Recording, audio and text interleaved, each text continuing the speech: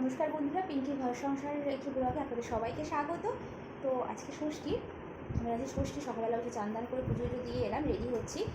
যা গরম, ষষ্ঠীতে যাওয়া মানে খুবই ক্ষতিকর। আমার ছেলে মেয়ে এখনও কেউ রেডি হয়নি, আমি জাস্ট পুজো দিলাম, এই জন্য দাদুকে চান করে পুজোটা দেওয়ার জন্য চান করে নিয়েছি। এবার আমি রেডি হয়েছে। তো দীঘাতে পড়ার জন্য আমি এটা কিনেছিলাম, অনেকদিন আগেই কেনা ছিল, কিন্তু পড়া হয়নি। আজকে ষষ্ঠী দিয়ে আছে, দেখো নতুন নতুন জিনিসই পড়ে যায়, টপটা নতুন, টপটা অনেক পুরোনো, স্কার্টটা অনেক নতুন, একবার পরিনি, ফার্স্ট টাইম পরলাম। দেখুন কেমন হয়েছে, ওই বিশাল থেকে কিনেছিলাম। আর টপটা আমার মনে নেই, টপটা অনেক দিন আগে আসে। বিশাল থেকে না, এটা কসমো থেকে কেনা হয়েছিল। না, বিশাল থেকে কেনা হয়েছে। তাই